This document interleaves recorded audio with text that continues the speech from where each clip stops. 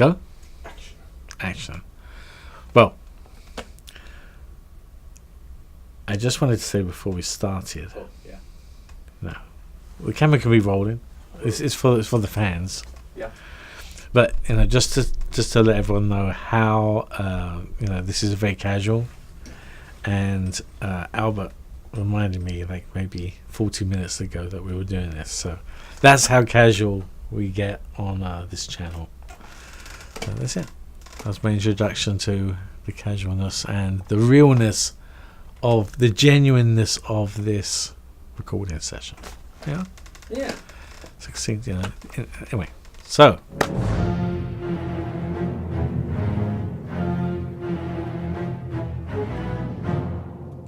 we're in the mid-90s, and George Lucas decides he wants to make their movies, the prequel movies, the movies that all the fans had been waiting for forever, and fans had been hearing rumors that they were maybe going to be made, and the rumors would go away. Finally, he did decide that he was going to make these prequel movies, and so he had in his mind two problems.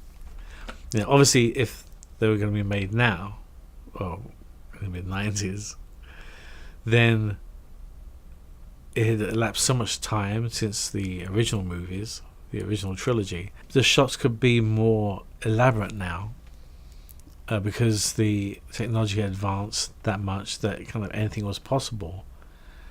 But back in the 70s, the turn into the 80s, it was optical special effects, and everything had to be run through film. Now it's digital, and so if the movies were going to be just like the original movies, collecting Oscars for special effects, then they had to be the cut-in effects of today, or the mid-90s. And so if people were going to go and see the movies and see them sequentially, they would see these kind of cut-in effects for Episode 1, even more elaborate, groundbreaking special effects for Episode 2, even better for Episode 3, and then suddenly back into 1977 optical special effects. And so George was worried that this was kind of like a pothole in the road almost. It was going to be there's going to be this big climb, and then suddenly he wanted to fill it. He wanted to fill the hole. He wanted to give New Hope an upgrade in special effects so that it wouldn't be as noticeable a drop.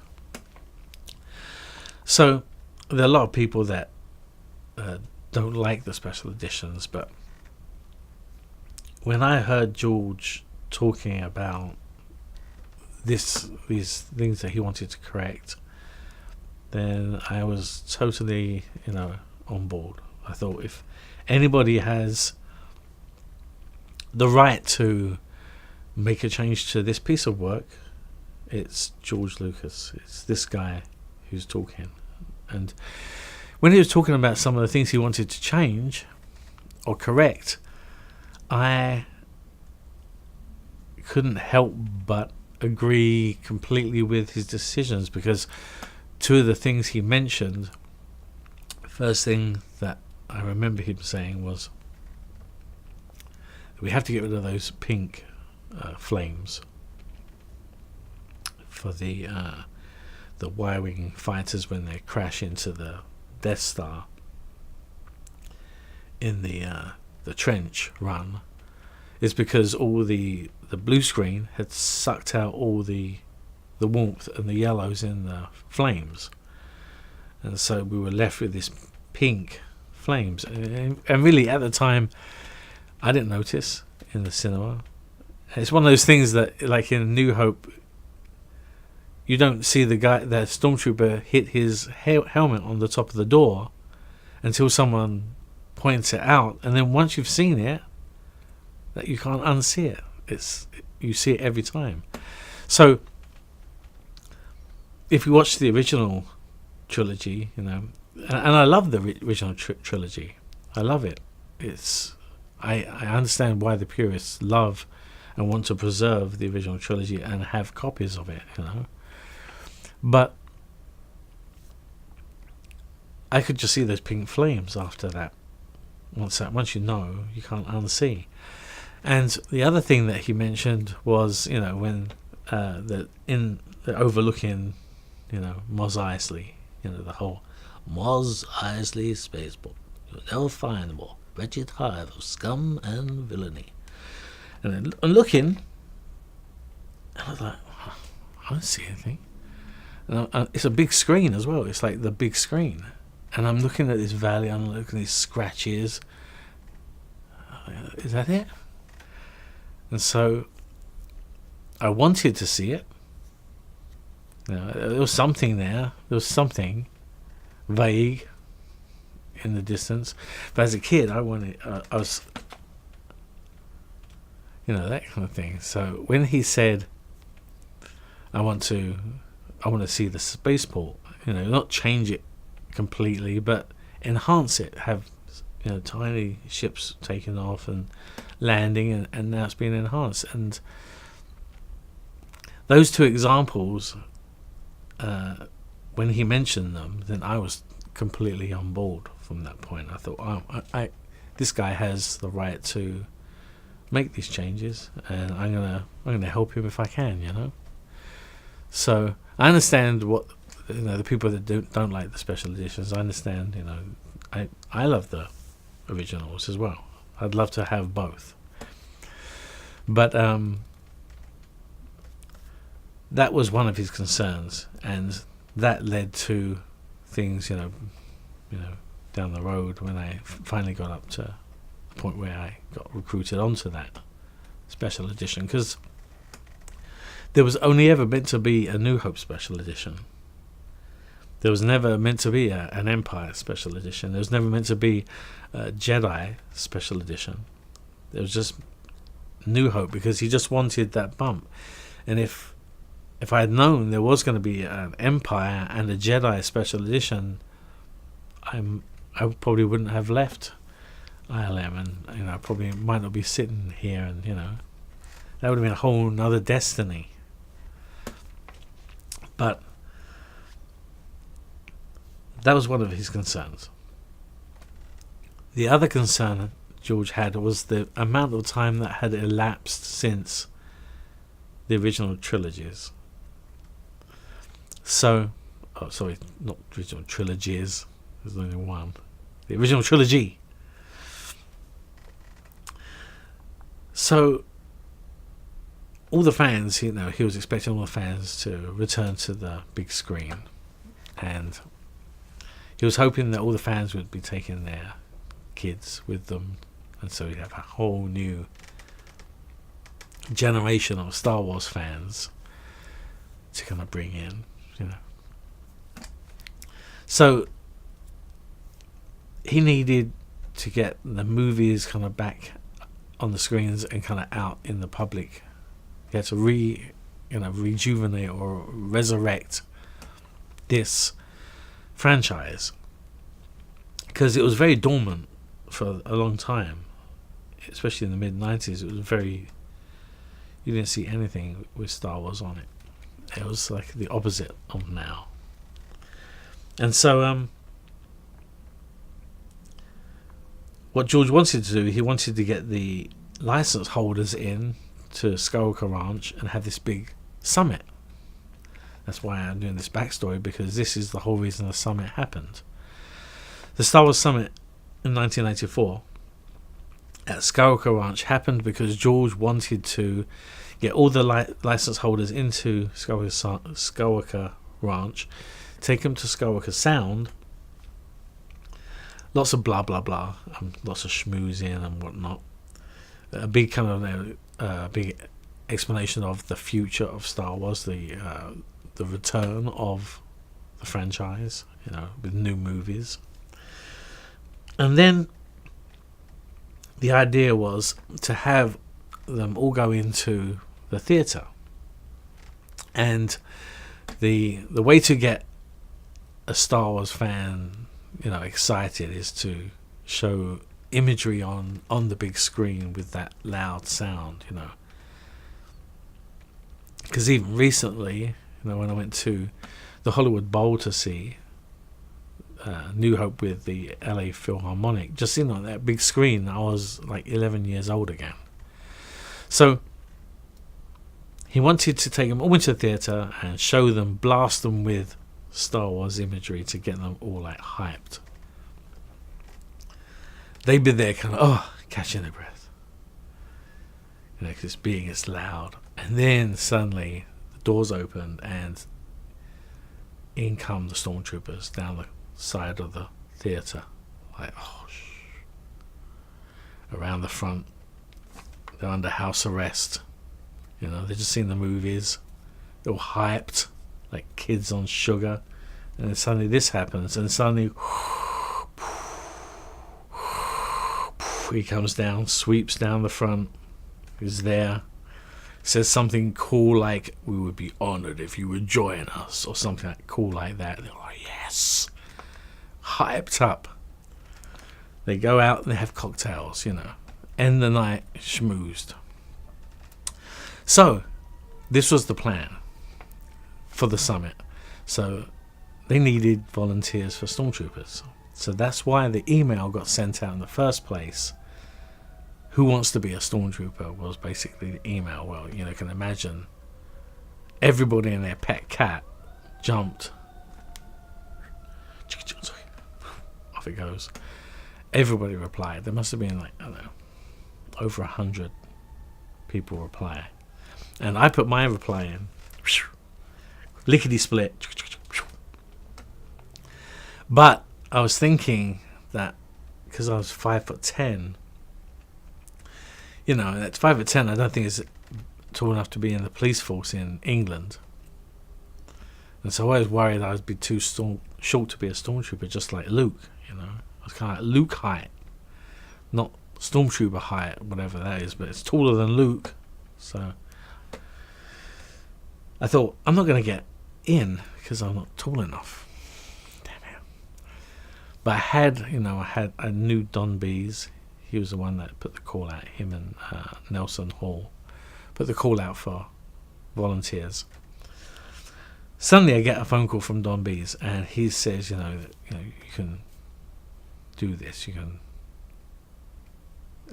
We haven't got the stormtrooper suit for you, but we have something else that I'm sure you will like much more if you try it on. And that's why we did that last Tales from the Sarlacc, where I went down and tried on. Ooh, you know, Cinderella slipper moment for boys. Tried on the suit, everything worked out. So so I had to go to this summit. So this is why the summit was happening. I remember it was during the week, and it was in the evening. It was after work, and I had gone to lunch at Skywalker Ranch, but I'd never gone there when it was dark, and so it was hard seeing where I was because it's country roads. There's no lampposts. It was hard to see that entrance. It was getting really dark. I don't remember where I parked either. I think my adrenaline was kind of like off the charts. Kind of, This was it. I was going to be Boba Fett for the first time. Well, second time in the suit, but this is it. This is, would I mind be pretending to be Boba Fett for 4 hours? Would you? Could you? Like, really? I was ready. So I don't remember much of all the parking. I just remember getting in there. And I was one of the late arrivals. There was other people half-dressed. They were like half-dressed monsters. It was surreal watching as you were getting dressed. The whole room changed into creatures that you'd seen in picture books on the cinema screen. But they're all just coming. There's half-dressed Chewbacca over there with a big black makeup around the eyes. Suddenly someone comes along and they bring along this big box. It must be the size of like a dishwasher size box. puts it down. In there's the jetpack. I see the rifle. This is mine. All the suit is just chucked in. It's like a rag sale or something. Pulling this stuff out. This like precious stuff out. It was just chucked in a box. Anyway, so as I'm taking it out, someone's checking it off of a list. And so I'm putting on, and someone else is helping me. You know, and everyone's like nudging. Oh, it's Boba Fett. It's like, because, you know, Boba Fett, you know, in the house. So everything's going on. The last two things are the rifle and the helmet. And someone gives me my rifle. I get comfortable with that. Find out a nice comfortable place without clanking it against my armor too badly. And someone comes on, puts the helmet on. I'm ready to go. Just point me where I have to go and I'll go, you know. I had to get some pictures before I went. You know, there's a picture op. I had a picture taken before I put the helmet on. Someone pushed me over to these double doors, swing doors. Went through. Walked into the Mos Eisley Cantina. There was the bar. It was all like dimly lit. There was the bar. There was the band all playing. Over in the corner. Over in this corner it was the door. It was a curtain. That's alright. It was a curtain. I mean, they could have done. It was a curtain, and then there were two stormtroopers there checking tickets. There was the land speeder parked. There was the two droids, but they didn't have anyone. You know, there's nobody. They were dead droids, lifeless droids, which is a shame. I would have thought someone could jump in a 3PO. But anyway, checking tickets, and around the bar there were like, you know, humans. There were aliens. There were space travelers. There were like people that were kind of locals to Mos Eisley, and there were tiny like stand-up tables, round ones, all around, and there were like monsters and humans at different tables. Some had monsters and humans, and they had this kind of like, you know, the smoke in the air. There was obviously a fog machine somewhere, and it was the most surreal. Like, just to hit with that while I'm not wearing a costume, but wearing like the costume, and everyone's wearing the costume.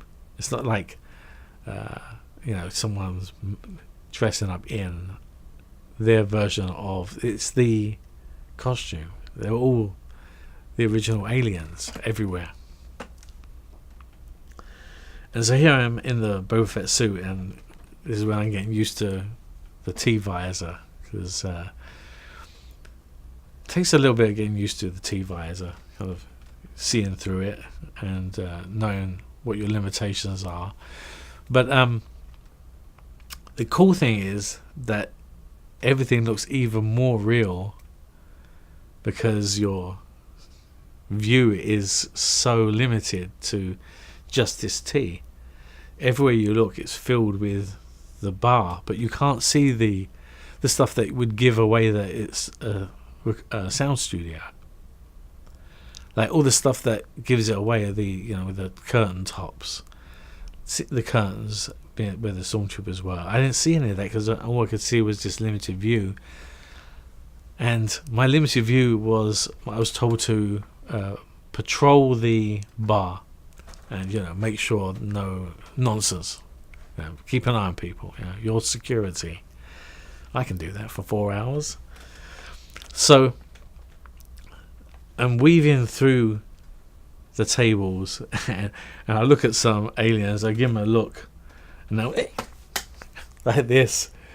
It was the trippy, and then I'd leave them, and there were some humans, and they're like, oh, I had some guests playing along.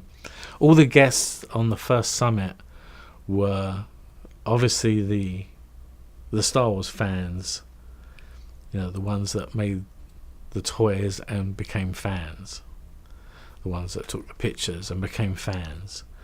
The ones that published the comics and they were fans of what they were publishing. It's all those people were at this summit, and so they all playing along. And that was my job for the whole night, just to patrol this bar, weaving in and out, and everyone was play acting along. Everyone, you got stopped a lot for photo opportunities. And that's when we didn't have smartphones. It was like when you had to bring a camera, like a point and shoot camera.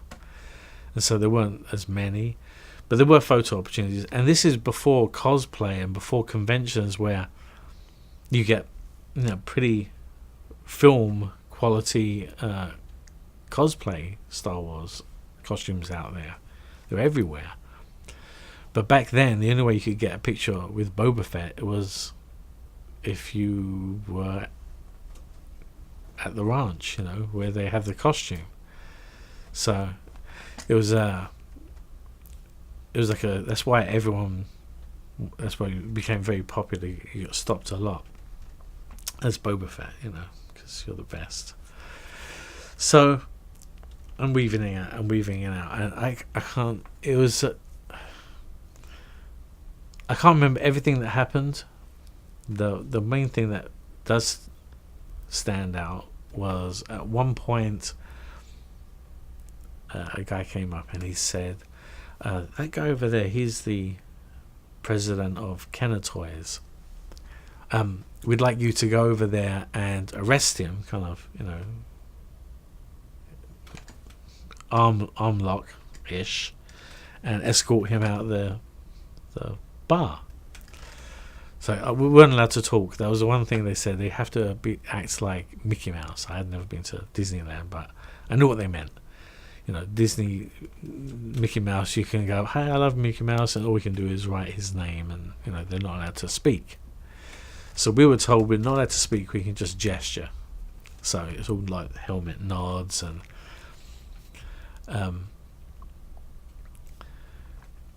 the guy was asking, can I do it in a helmet nod, follow?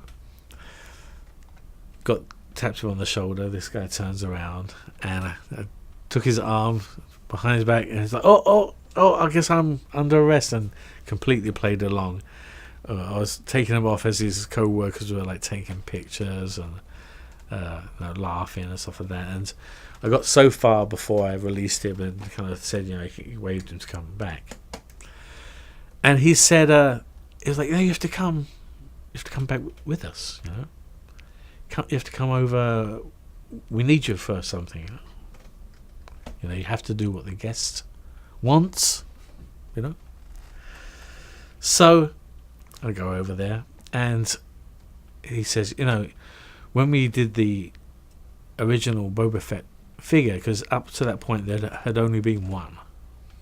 There was only one figure out there. And he said, we messed up the rangefinder, so we ended up moulding it into the head in a down position, but we really wanted it in its up position where it always is.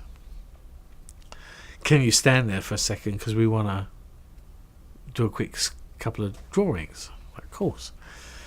So a couple of them got their cigarette boxes out and dumped their cigarettes into the pocket.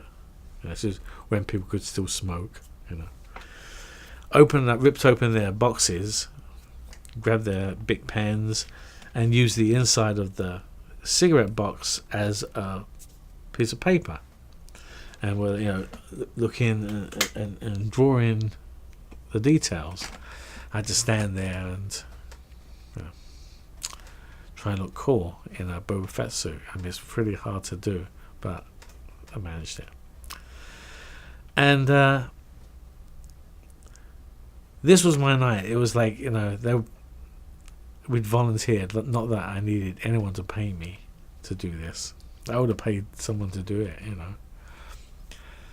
So I'm doing rounds.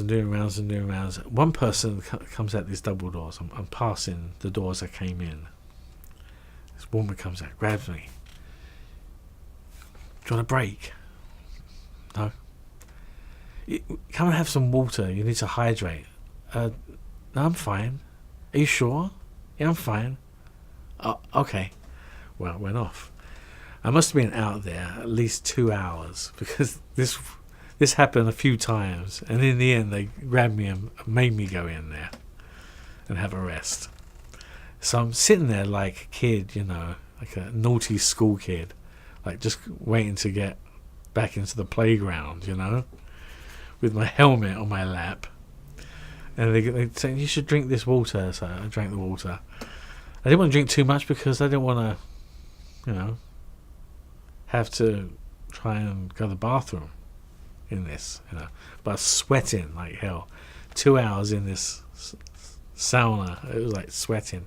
I had big red rings on my wrists from the weight of the gauntlets hanging on where it widens. So I had big red rings there. I had big red rings where the shoulder straps were for where the jetpack was pretty heavy. But I didn't care. Can I go now? So I must have been, because if someone's gonna ask you to pretend to be Boba Fett for 4 hours, I wanted to get as many minutes of that 4 hours in doing that as possible. So I think I must have been out of that helmet maybe 6 minutes total in 4 hours. I was like, I didn't stay in for very long. I drank the drink. I'm fine. I got some. Yeah, I'm fine. I'm not hot. Drip, drip, drip. On the out again. I was in the zone. I just didn't want to stop. It was like actually being in the Star Wars universe for real. Like better than VR. It was better than VR. It was real. You bumped into things, Yeah, it was. And because the music was so loud, and because people were drinking, and they were having fun, and just with the aliens were just really, everyone was playing their alien really well. The stormtroopers were acting. They was like patrolling around and kind of giving me we would bump into each other and do like a head nod, like just give ourselves a little sidestep. It was like if everyone was gonna. Most fans assume that my best time as Boba Fett was for the blue screen shoot, and believe me, it's up there. The blue screen shoot is one of the best experiences I ever had, especially for like adrenaline and nerves and just questioning, am I seeing what I'm seeing? Am I experiencing what I'm experiencing? Because it can't be real. But that was, as cool as that was, this had to be my best time wearing the suit. The first Star Wars Summit that I did, just because of the immersion factor was off the charts high.